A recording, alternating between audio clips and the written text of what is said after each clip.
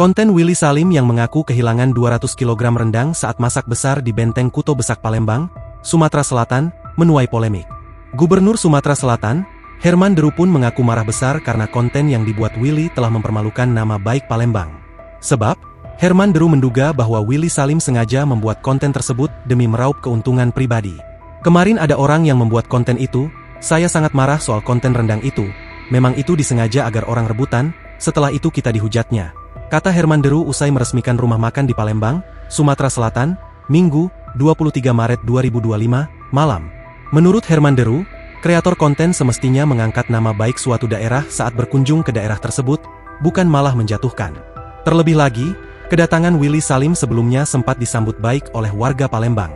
Saya tidak rela nama Palembang dirusak hanya karena konten daging sepanci. Terlalu terhormat orang Sumatera Selatan, khususnya Palembang hanya karena daging sepanci, tegas Herman Deru. Selain itu, Herman Deru pun menegaskan bahwa memang ada rebutan pengambilan rendang. Hal itu sengaja dibuat sedemikian rupa agar daging tersebut habis dengan cepat meski belum matang.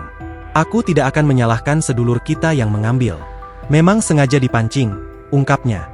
Diberitakan sebelumnya, kreator konten Willy Salim akhirnya menyampaikan permohonan maaf secara terbuka kepada warga Palembang.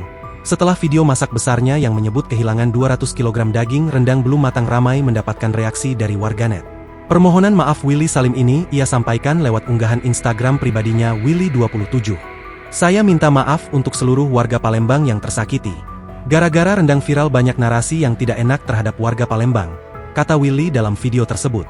Willy pun mengaku bahwa ia kurang persiapan saat memasak daging rendang sebanyak 200 kg. Selain itu, pemuda ini pun mengaku baru pertama kali mencoba masak besar untuk orang banyak. Jujur, ini bukan salah warga Palembang, sepenuhnya salah saya. Karena saya kurang persiapan, mohon maaf saya pertama kali masak untuk orang sebanyak itu, ujarnya. Download Tribun X sekarang, menghadirkan lokal menjadi Indonesia.